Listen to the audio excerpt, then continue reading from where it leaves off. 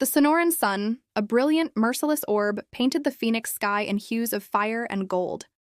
From the kitchen window of our Scottsdale home, I watched it set behind the silhouetted cacti, a ritual that usually filled me with a sense of peace. This evening it felt like a warning. The air conditioning hummed a steady, expensive tune, fighting a battle it was destined to lose against the 112-degree heat.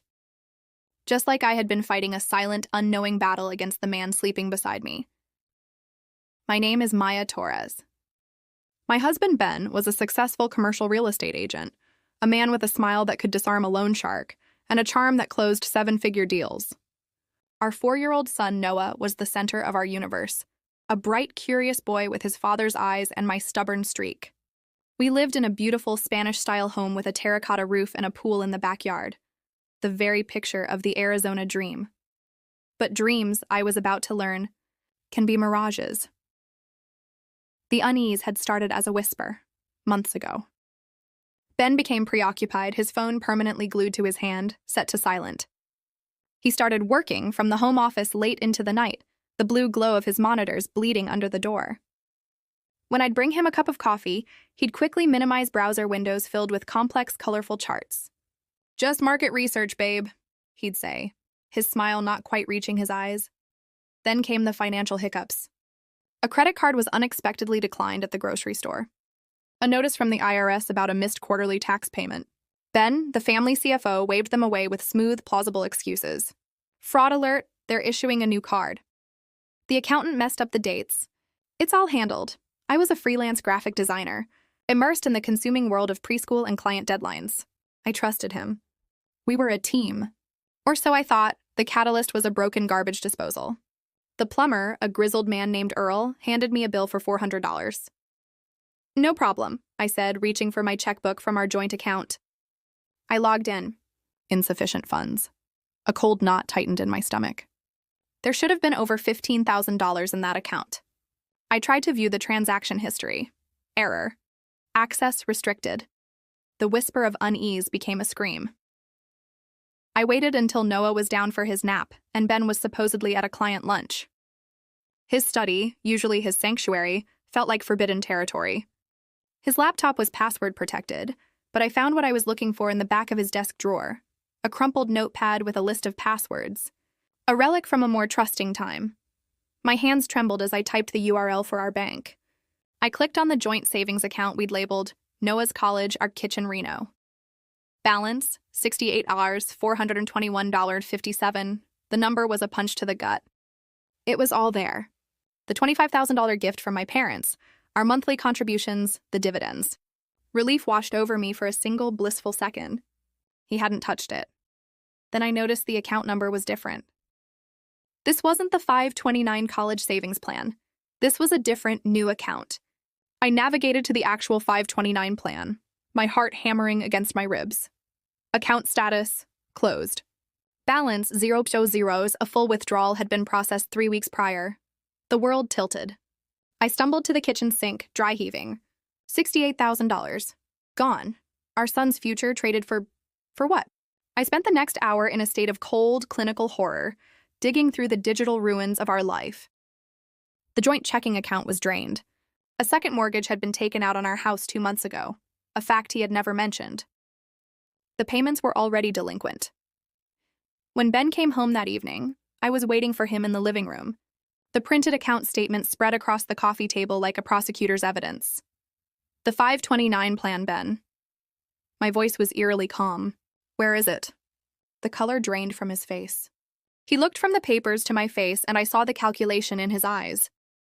The charming, deflective lie was right there, on the tip of his tongue.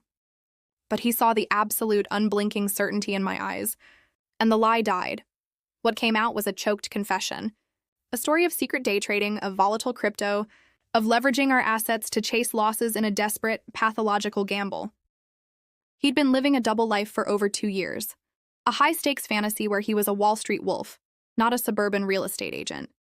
And the house? I asked, my voice cracking. "We have to sell it, Maya," he whispered, his eyes hollow.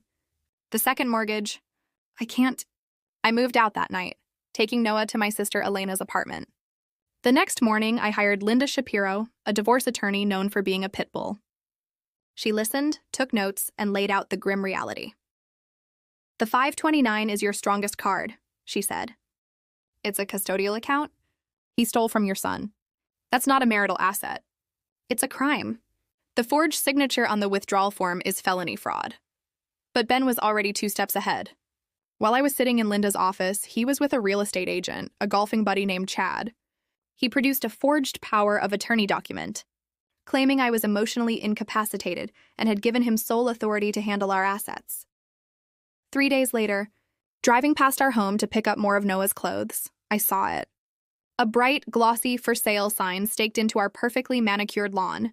I pulled over, my vision spotting. I marched up the path, my key held out like a weapon. It jammed in the lock. I jiggled it, shoved it, but it wouldn't turn. He had changed the locks. I was locked out. Of my home, my marriage, the life I had built.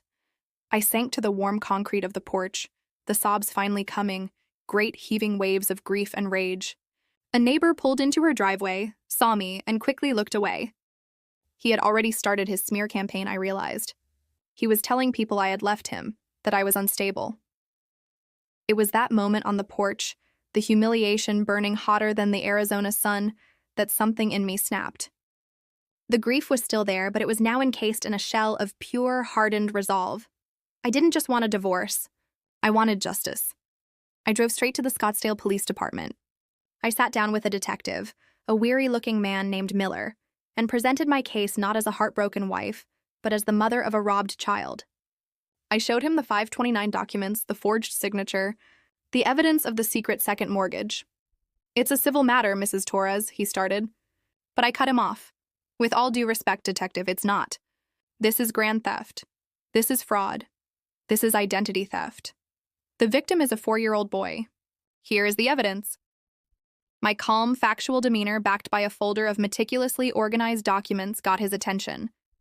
He opened a case. The legal machinery ground into motion. The restraining order came first, barring Ben from the house and from contacting me. The divorce papers followed.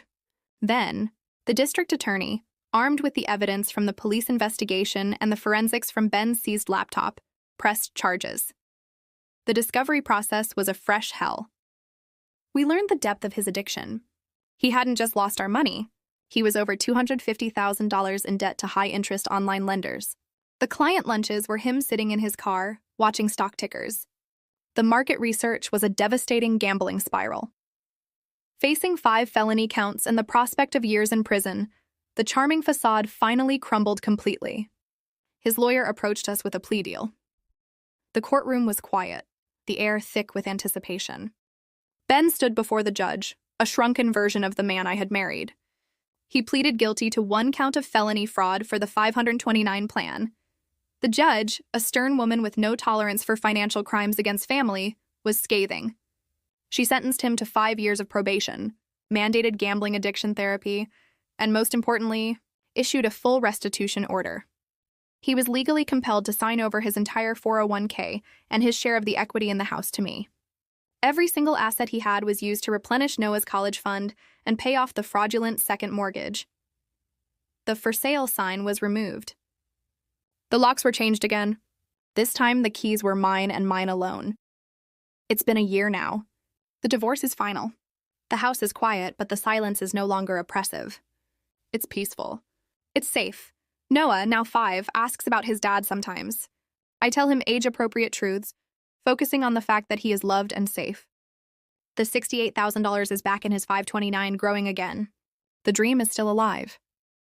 I look out at the desert landscape, which is no longer a mirage, but a place of stark, resilient beauty. The path here was through fire, but it led me to a strength I never knew I possessed. Ben didn't just steal my money. He shattered my reality. But in picking up the pieces, I built a new one, stronger and entirely my own. I learned that the most dangerous predators don't always lurk in shadows. Sometimes they share your bed. And I learned that a mother's love for her child is a force more powerful than any betrayal. I fought the man I loved, I faced him in court, and I won back my son's future.